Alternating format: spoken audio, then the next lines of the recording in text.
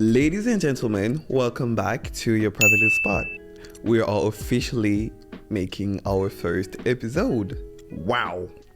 Still stressed? Yes, I am. But I'm gonna give it to you. I'm gonna give it all. I hope anyway, since the last time we spoke, or I spoke to you, everyone is doing fine. Everyone is having the time of their life. If not, just don't be hard on yourself too much. As I said, life has up and down, and it's just the way we get to it, we manage to get out of it, that matter. Because it's okay to face the down, but it's not okay to stay on the down. Always try to find the up. I think I can be a poet with that one. Anyway, without further ado, we are starting our first episode. I would like to say it as a sentence, but I would like to ask it as a question. And the question is, what if you loved yourself more? You got it. We are going to talk about self-love. What is self-love?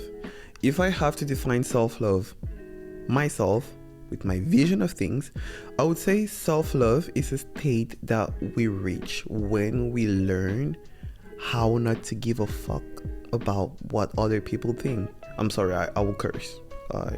That's me. I think self-love is a state that we reach when we learn how to not give a fuck about what other people think, how they perceive us, when we are okay with not seeking validation from them anymore. That's my definition of self-love. But I would like to go on the internet and see what Google has to offer. So, according to Google, self-love means having a high regard for your own well-being and happiness. So, Google is saying the same thing as me, but more politely. Society nowadays want us to fit in some boxes already preset for us over the time, over the centuries. Sometimes we just gotta fit in the way that we have to find a job, make a living, and be the best version of ourselves, professionally speaking. But when it comes to our own person, we don't have to fit in a box to please other people. We don't have to base on our standard of beauty according to someone else's vision, because we are our own person and we are entitled to our own vision of ourselves. I'm gonna go with my own experience. From when I was a kid to probably a year ago, I was constantly looking for other people's validation, in the way that when I was dressing, I was like, wow, will people like it? What will people say in the street? What will people say about me? That was always in my mind 24/7. I was never doing a thing according to my own self and for my own self. Thanks to the people that I've met and my friends and my therapist, even though I ghosted her, now I am doing a lot better. I am finding myself every day. I am trying new things. I am doing what is good for me. I am doing what's best for me by myself. If I want to go on a solo vacation, I will. If I want to go to the gym alone, I will. If I want to spend time alone, I will. We as people don't realize that the first step important to reach the self-love is spending time with our own self. If I go out and even if I check in my circle of friends, even in my family, I ask people, will you be down to travel alone? Will you be okay to go to club alone? Will you be okay to go to a restaurant alone? All of them will give me the same answer. Not all of them, but most of them will give me the same answer. And it will be, no, I don't feel comfortable by doing that. Why? They'll say it's weird, it's awkward, oh, people will judge me. There is also the fear of judgment. There will always be the fear of judgment. No matter what you do, even though you're alone, even though you're with people, there will always be someone willing to judge you. There will always be someone telling you, oh, I don't like it. Oh, that is lame. Oh, you do that. Well, yeah, I do.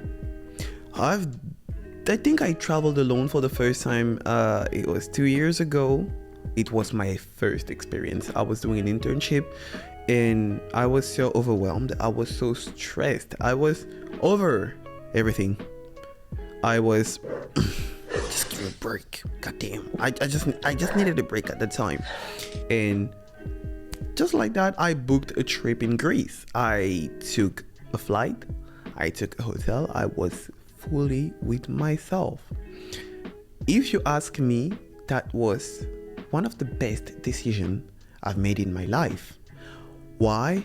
Because I learned how to just be with myself, how to be happy by myself, and just spend time with myself. I created memories for myself at the time. So why shouldn't you feel comfortable by doing that? Why? That's the main question. It might not have a simple answer, but you have to find the answer within yourself. You have to find what you like to be able to start experiencing things on your own. You don't have to wait for people. Like, let's take an example. If you want to go to the United States, for example, as a group of friends, the idea comes from you. Don't get me wrong, the idea comes from you, and your friends tell you or are telling you, oh, I'm not available, oh, I don't want to do this activity. Oh, when you're there, they wake you up super early-ish in the morning. You don't want to wake up early in the morning. They want to make you do this and that when you don't want to do that. When you're actually alone, you have more time, you have more space, you are free. That's why I probably encourage the most traveling alone, because you don't have all these barriers and these restrictions as when you're with people. So I really recommend traveling alone at least once. Maybe you will like it, maybe you won't, but just try it. Just try it, my bad.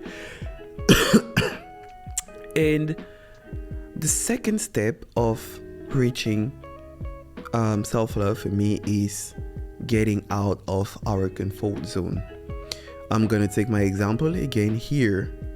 As I said in the prelude of the channel, I was already making audio format of the podcast, but it didn't meet the expectations that I set for myself in the past.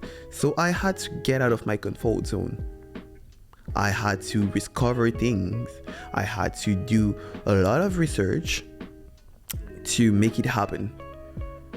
When I made this research, when I was asking myself, hey, is it worth it? Will I make it out alive? Will I make it through?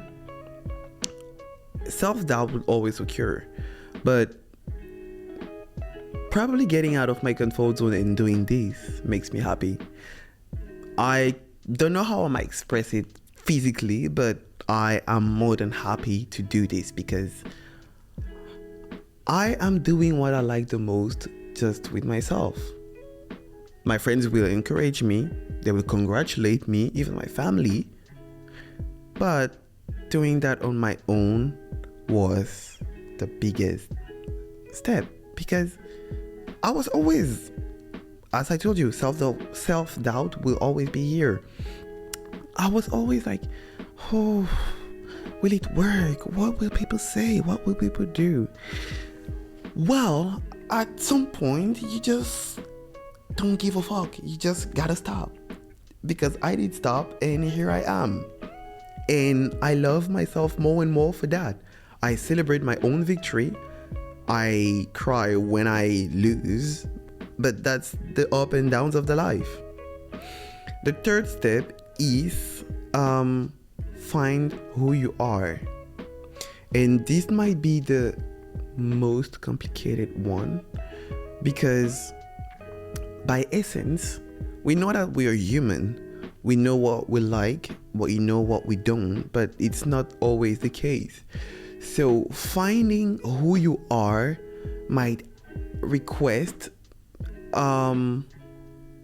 trying things that you don't like, trying things you like, and figure out, oh, you were just liking it on the short run, not on the long run. It might cost you applying to new jobs, quit old jobs, maybe go from jobs to jobs, maybe go from people to people when it comes to the dating life and everything. But that's just how you're gonna, find yourself, find your identity through the activity that you're doing. For example, listening to music, go to the gym, listening to podcasts, running outside, traveling. There are plenty of possibilities to find who you are. But that's the most complicated part, as I said, because what if you thought that you knew yourself, but you were not? In fact, you were just lying to yourself. That is crazy.